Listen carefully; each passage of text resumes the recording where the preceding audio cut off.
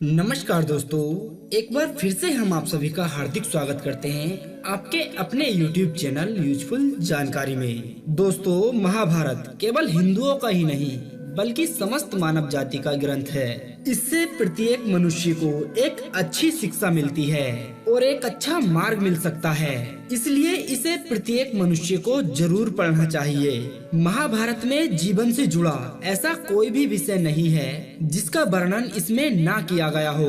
दोस्तों, वीडियो में आगे बढ़ने से पहले हम आप सभी के लिए एक ऐसी एप्लीकेशन को लेकर आए हैं जिसकी मदद से आप लोग अपने बीपीएल कार्ड की लिस्ट में अपना नाम देख सकते हैं, शौचालय योजना की लिस्ट देख सकते हैं कि आपका शौचालय बनेगा या नहीं, मनरेगा जॉब कार्ड देख सकते हैं कि आपके द्वारा की गई मजदूरी आपके खाते में आई है या नहीं।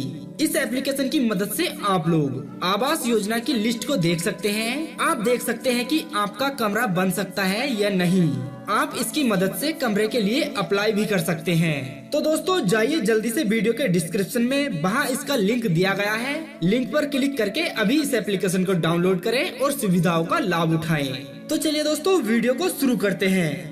वर्तमान युग में महाभारत के इस प्रसंग से आज का मानव कुछ सीख ले सकता है। दोस्तों, यह प्रसंग उस समय का है जब छल से जुए में सारा राजपाट हारने के बाद पांडवों को 14 वर्ष का वनवास हो गया था और पांचों पांडव संग द्रौपदी भी वन में चली गई थी। उधर शनिदेव की आकाश मंडल से पांचों पांडवों पर नजर पड़ी। शनिदेव के मन में एक विचार आया कि इन सभी में सबसे बुद्धिमान कौन है, इनकी परीक्षा ली जाए। अपने जादू से वन में शनिदेव ने एक माया का महल बनाया। कई योजन दूर में उस महल के चारों कोने फैले हुए थे, पूरब, पश्चिम, उत्तर, दक्षिण। अचानक भीम की नजर उस महल पर पड़ी और वह आकर्षित हो गए। भीम युधिष्ठिर से बोले कि भैया, मुझे ये महल देखना है। तब उनके भाई ने कहा कि जाओ। भीम महल के द्वार पर पहुँचे और वहाँ शनिदेव दरवान के रूप में खड़े थे। भीम ने कहा, मुझे महल देखना है। शनिदेव ने कहा कि महल की कुछ शर्त हैं। शर्त महल के 4 कोने हैं, आप केवल एक ही कोना देख सकते हैं। शर्त महल में जो देखोगे आपको उसकी सार सहित व्याख्या करनी होगी। शर्त है, अगर आप व्याख्या ना कर सके तो आपको कैद कर लिया जाएगा। भीम ने कहा, मैं स्वीकार करता हूँ, ऐसा ही होगा। और वे महल की पूर्व छोर की ओर चले गए। वहाँ जाकर उन्होंने अद्भुत पशु पक्षी और फूलों से लदे वृक्ष देखे। आगे जाकर देखा कि 3 कुएं हैं। अगल बगल में छोटे कुएं हैं और बीच में एक बड़ा कुआं है। बीच वाले बड़े कुएं में पानी का उफान आता है और दोनों छोटे कुएं को पानी से भर देता है। फिर कुछ देर बाद दोनों छोटे कुओं में पानी का उफान आता है तो खाली पड़े बड़े कुएं का पानी आधा ही रह जाता है। इस क्रिया को भीम कई बार देखते रहे पर समझ नहीं पाए और लौटकर वापस दरबान के पास आ गए। दरबान ने भीम से पूछा कि क्या देखा आपने महल में? तब भीम ने कहा कि महाशय, मैंने महल में पेड़ पौधे पशु पक्षी देखे जो मैंने पहले कभी नहीं देखे थे। वो बहुत अजीब थे।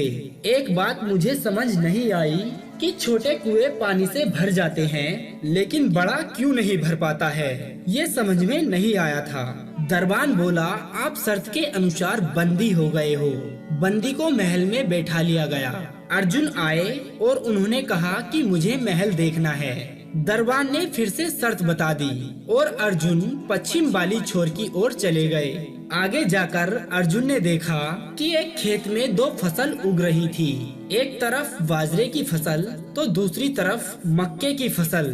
बाजरे के पौधे से मक्का निकल रहा था और मक्का के पौधे से बाजरा निकल रहा था। यह अर्जुन को अजीब तो लगा लेकिन उन्हें कुछ समझ नहीं आया था और वो भी वापस द्वार पर आ गए।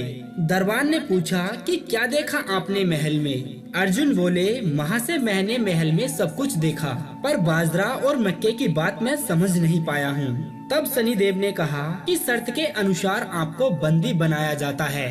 इसके बाद नकुल आते हैं और उन्होंने भी यही कहा कि मुझे महल देखना है। फिर वो उत्तर दिशा की ओर जाते हैं। वहाँ उन्होंने देखा कि बहुत सारी सफेद गायें हैं। जब उनको भूख लगती है तो वह अपनी छोटी बछिया का दूध पीती हैं। ऐसा देखने पर नकुल को कुछ समझ नहीं आ रहा था और वो भी वापस द्वार पर आ गए।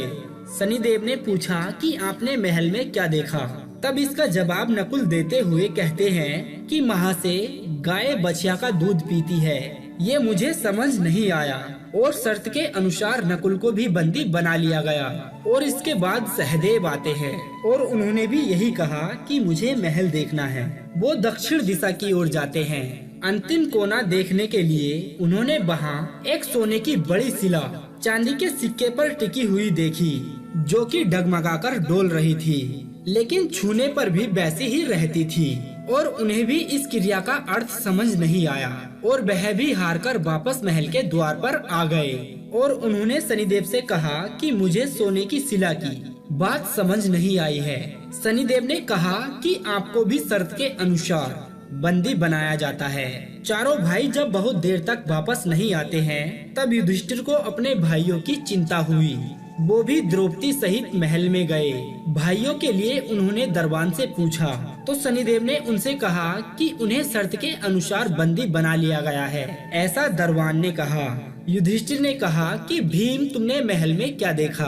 भीम ने कुएं के बारे में बताया। तब युधिष्ठिर ने कहा कि ये सब कलयुग में होने वाला है। एक बाप दो बेटों का पेट तो भर देगा, परंतु दो बेटे मिलकर एक बाप का पेट नहीं भर पाएंगे। इस पर भीम को छोड़ दिया गया। अर्जुन से पूछा गया कि उन्होंने महल में क्या देखा और उन्होंने फसल के बारे में बताया। इसका जवाब देते हुए युधिष्ठिर कहते हैं कि वो भी कलयुग में होने वाला है। वंश परिवर्तन अर्थात ब्राह्मण के घर शूद्र की बेटी और शूद्र के घर बनिए की बेटी ब्याही जाएगी। इस पर अर्जुन को भी छोड़ दिया गया। नकुल से पूछा गया कि तुमने महल में क्या देखा? तब उसने गाय का वृतांत सुना दिया। इस पर युधिष्ठिर ने जवाब दिया कि कलयुग में माताएं अपनी बेटियों के घर में पलेंगी और उन्हीं के द्वारा दिए गए वस्त्रों को पहनेंगी, बेटी का दाना खाएंगी और बेटे सेवा नहीं कर पाएंगे। इस पर नकुल को भी छोड़ दिया गया। सहदेव से पूछा गया कि उसने महल में क्या देखा और उसने भी सोने की शिला का वृतांत बता दिया। युधिष्ठिर बोले, पाप धर्म को दबाता रहेगा, परंतु धर्म फिर भी जिंदा रहेगा, खत्म नहीं होगा।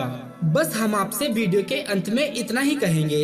यहाँ इस वर्तमान कलयुग में लोगों की आयु दिन प्रतिदिन अल्प होती जा रही है, यानी कम हो रही है। जैसा कि हम लोग देखते हैं, पहले के लोगों की आयु 100 से 120 वर्ष होती थी, लेकिन आज अब इस वर्तमान समय में कोई 70 से 80 वर्ष तक जी जाए तो यह बहुत बड़ी बात मानी जाती है। कलयुग में लोगों की बुद्धि कम ही नहीं बल्कि नष्ट होती जा रही है और लोगों का भाग्य मंद होता जा रहा है। दोस्तों, इस कलयुग के प्रभाव से यदि आपको बचना है तो बस एक ही रास्ता है, सिर्फ हरि नाम का कीर्तन। हरि नाम का कीर्तन करने मात्र से ही हमारे कलयुग में सारे पाप कर्म, सारे कलमश, सारे अपराध सब कुछ नष्ट हो जाते हैं। इसीलिए हम लोगों को हरि नाम ज्यादा से ज्यादा रोज दिन प्रतिदिन नियमित रूप से जपना चाहिए। तो दोस्तों, आप लोग हमें कमेंट करके जरूर बताइएगा कि हमारे इस वीडियो में दी गई जानकारी आज इस वर्तमान समय में कितनी सच हो रही है और कितनी झूठ है, और आपका इस वीडियो के बारे में क्या ख्याल है, आप यह भी हमें बताइएगा। दोस्तों, अगर हमारा आपको यह वीडियो अच्छा लगा है ना, तो आप इस वीडियो को दबाकर लाइक करना और आगे ऐसे ही वीडियोस देखने के लिए आप हमारे इस चैनल को सब्सक्राइब कर लेना। अब दीजिए हमें इजाजत, ताकि हम आप सभी के लिए एक और ऐसी ही अनसुनी व रोचक जानकारी को ढूंढकर ला सके। तब तक के लिए आप अपना ध्यान रखिए और हमेशा मुस्कुराते रहिए।